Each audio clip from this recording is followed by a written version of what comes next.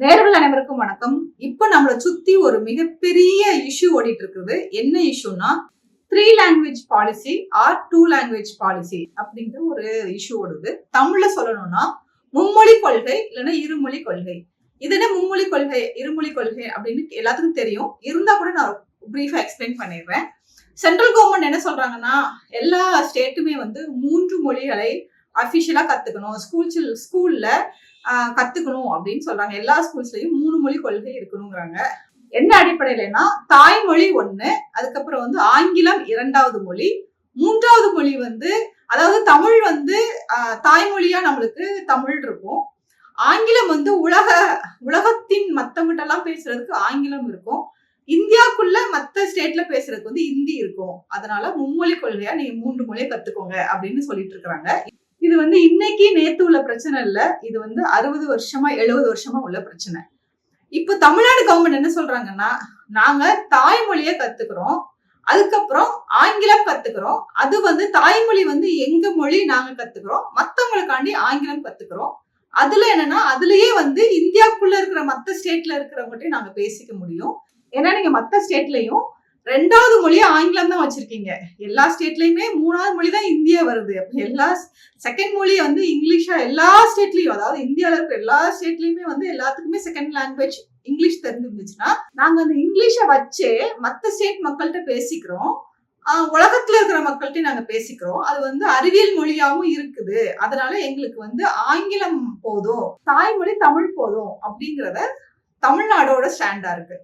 So இந்த 2 கான்ஃபிளிக்டும் ஓடிட்டு இருக்கு. ஸோ இதுல ஒரு விளையாட்டு வீரரா ஒரு விளையாட்டை வந்து அடுத்த லெவலுக்கு எடுத்துட்டு போகணும், எல்லாருமே ஆரோக்கியமா இருக்கணும் அப்படின்னு விரும்புறேன்னா என்னோட கருத்தை நான் வந்து இதுல சொல்லணும்னு நினைக்கிறேன். ஏன்னா நிறைய பிளேயர்ஸ் வந்து இதுதான் நினைப்பாங்க. நிறைய உடல்நலத்தை மேம்படுத்துறவங்க கண்டிப்பா என்னோட அலைனாவாங்கன்னு நான் நம்புறேன். ஸோ என்னோட கருத்துனா இப்போ உள்ள குழந்தைங்களுக்கு மிகப்பெரிய சவால் வந்து பிசிக்கல் ஹெல்த்துமே சவாலா இருக்கு, எமோஷனல் ஹெல்த்தும் சவாலா இருக்கு. ஏன்னா அப்போ நம்ம 60 வருஷத்துக்கு முன்னாடி வாழ்ந்த வாழ்க்கை முறை இப்போ இல்லை. முன்னாடி வந்து நம்ம நிறைய பிசிக்கல் ஹெல்த் இருக்கும், நிறைய வீட்டை சுத்தி நிறைய வேலைகள் இருக்கும். இப்போ வீட்டை சுத்தி நிறைய வேலைகள்லாம் இல்லை, பிசிக்கல் ஆக்டிவிட்டி ரொம்ப ரொம்ப கம்மியாயிடுச்சு. இது பெரியவங்களுக்கு மட்டும் இல்ல, குழந்தைங்களுக்கும் தான். குழந்தைங்க நான் சொல்றது 1ஆம் கிளாஸ்ல இருந்து நான் சொல்றேன். ஏன்னா அப்பெல்லாம் வந்து ஸ்கூல் விட்டோன்னா நம்ம நிறைய விளையாட போவோம், பக்கத்துல நிறைய கிரவுண்ட்ஸ் இருக்கும். ஸோ அப்ப நம்ம நிறைய விளையாடுறதுக்கு டைமும் இருக்கும். ஸ்கூல்ல வந்து ரொம்ப சிலபஸ் வந்து யூஸ்வலா முன்னாடிலாம் ரொம்ப கஷ்டமா இருக்காது. ஆனா இப்போ வந்து சிலபஸ் வந்து ரொம்ப கஷ்டமா இருக்கு. வீட்டுக்கு வந்தா கூட டியூஷன் அந்த மாதிரி போக வேண்டியிருக்கு. தவிர அதுக்கப்புறம் வந்து பக்கத்துல இருக்கிற கிரவுண்ட்ஸ் எதுவுமே கிடையாது. எல்லாத்தையுமே நம்ம வந்து பிளாட் ஸ்ட்ரக்சரா கொண்டு வந்துட்டோம், இல்லைன்னா ஏதோ ஒரு மாளிகையை கொண்டு வந்தாச்சு. ஸோ அதனால கிரவுண்ட்ஸும் ரொம்ப கம்மி.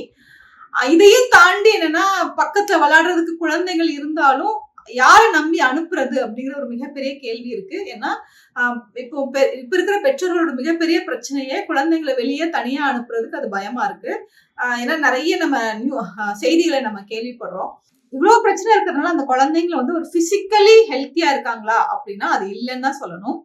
ஸோ பிசிக்கலி ஹெல்த்தியா இல்லாத குழந்தைங்களால மென்டலி ஹெல்த்தியாவும் இருக்க முடியாது. அதுக்குள்ள வாய்ப்புகளும் ரொம்ப ரொம்ப குறைவு. ஏன்னா ஒரு குழந்தை எதுல இருந்து கற்றுக்கிறாங்க அப்படின்னா விளையாட்டுல தான் கற்றுக்கிறாங்க. இப்போ நீங்க வந்து மேலை நாடுகள், வளர்ந்த நாடுகள்லாம் பாத்தீங்கன்னா விளையாட்டுக்கு அவ்வளவு முக்கியத்துவம் கொடுப்பாங்க. விளையாட்டின் வழியா அந்த குழந்தைங்க வந்து நிறைய நிறைய கத்துப்பாங்க. அந்த ஆப்பர்ச்சுனிட்டி நம்ம வந்து ஃபுல்லா கட் டவுன் பண்ணி வச்சிருக்கோம் அப்படின்னு ரொம்ப நல்லாவே தெரியுது. நம்ம சொசைட்டில நடக்கிறதா நான் பேசுறேன், எதுவும் புதுசா நான் பேசல. இது நீங்க எல்லாருமே அலைன் ஆவீங்க அப்படின்னு நம்புறேன். அப்போ குழந்தைங்களுக்கு வந்து பிசிக்கல் ஆக்டிவிட்டியும் தேவை இருக்கு, எமோஷனல் பேலன்ஸ் எல்லாமே தேவை இருக்கு, அது உங்களுக்கு ஹெல்த்தியான ஃபுட்டு தேவை இருக்கு, இது எல்லாமே தேவை இருக்கு. ஸோ இது ஒரு புறம் இருக்க.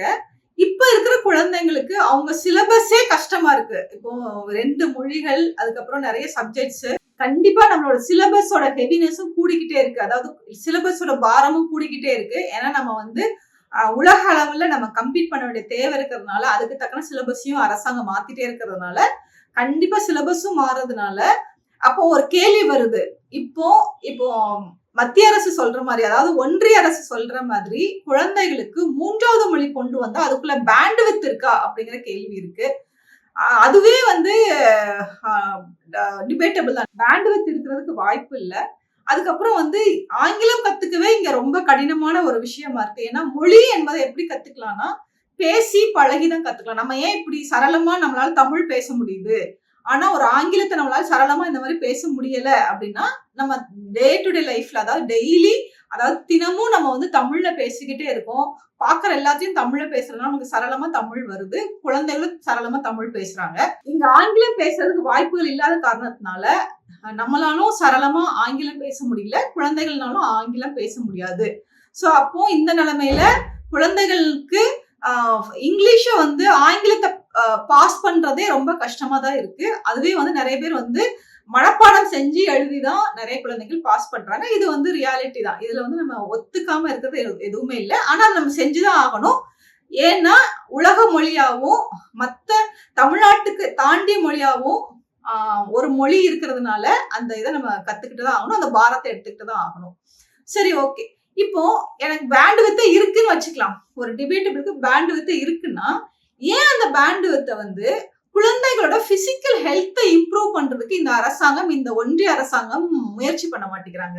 ஏன்னா பிசிக்கல் ஹெல்த் தானே நமக்கு முக்கியம். நம்ம இந்த உலகத்துல பிறக்கிறதே வந்து ஒரு 90-100 வயசு வரைக்கும் ரொம்ப ஆரோக்கியமா வாழ்றதுக்கு தானே. அந்த வாழ்றது கூட அடிப்படை தான் கல்வி. அப்போ அந்த கல்வியின் ஒரு அங்கமா ஏன் ஒரு பிசிக்கல் ஆக்டிவிட்டியை நீங்க வைக்க கூடாது அப்படிங்கிற கேள்வி எனக்கு இருக்கு.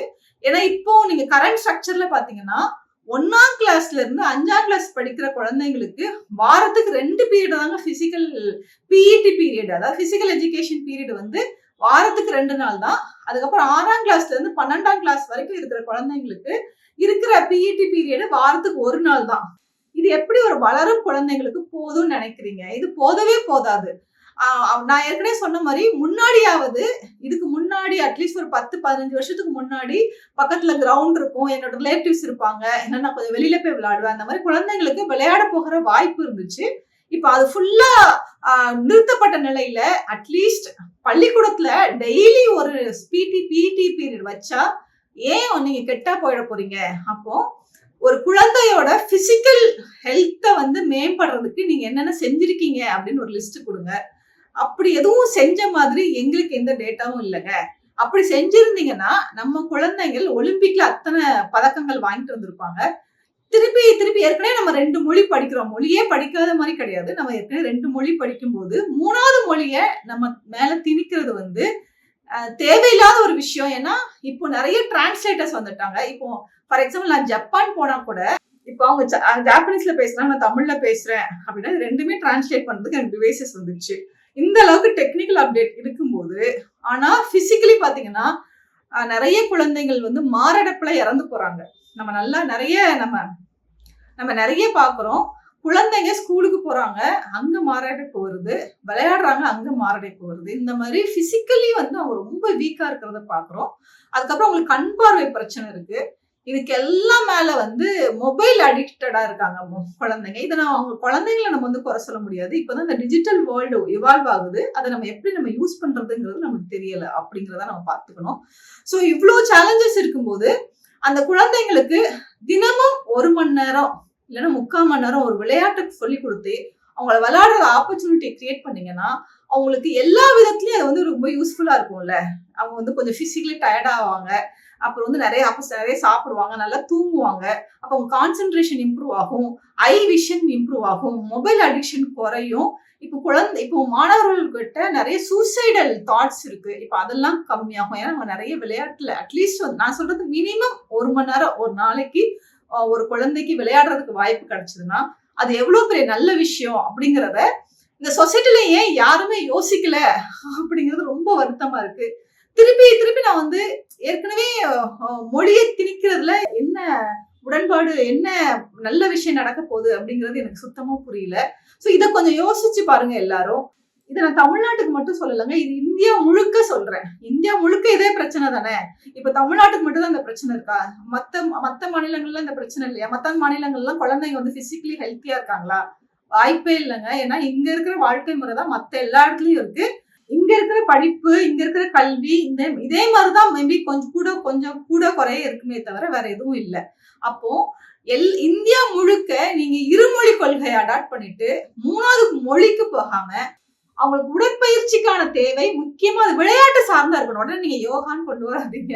அது ஒரு விளையாட்டு சார்ந்து இன்னொரு மத்த குழந்தைகள் கூட ஒரு ஒரு குழு விளையாட்டா இருந்து மத்த குழந்தைகளுக்கு இருக்கிற வேறுபாடு, இப்போ வந்து சாதிய வேறுபாடு கூட நிறைய இருக்கு. சோ அதெல்லாம் வந்து நீங்க பள்ளியில ஒரு விளையாட்டு, அதுவும் தினமும் விளையாட்டு அப்படின்னு கொண்டு வரும்போது அது இன்னுமே வந்து சொசைட்டியை வந்து ரொம்ப அழகாக்கும்.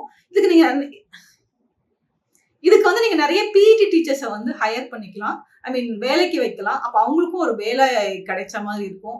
சோ இந்த மாதிரி யோசிக்காம ஏன் வந்து 60 வருஷமா 70 வருஷமா 100 வருஷமா மொழி மொழி மொழின்னு சொல்லிட்டு இன்னொரு மொழியை நம்ம திணிக்கிறதுலே இருக்காங்க அப்படின்னு எனக்கு தெரியல. கண்டிப்பா தமிழக மக்களுக்கு இது புரியும்னு நினைக்கிறேன். இதை புரிஞ்சவங்க கண்டிப்பா இதை ஷேர் பண்ணுங்க. நன்றி, வணக்கம்.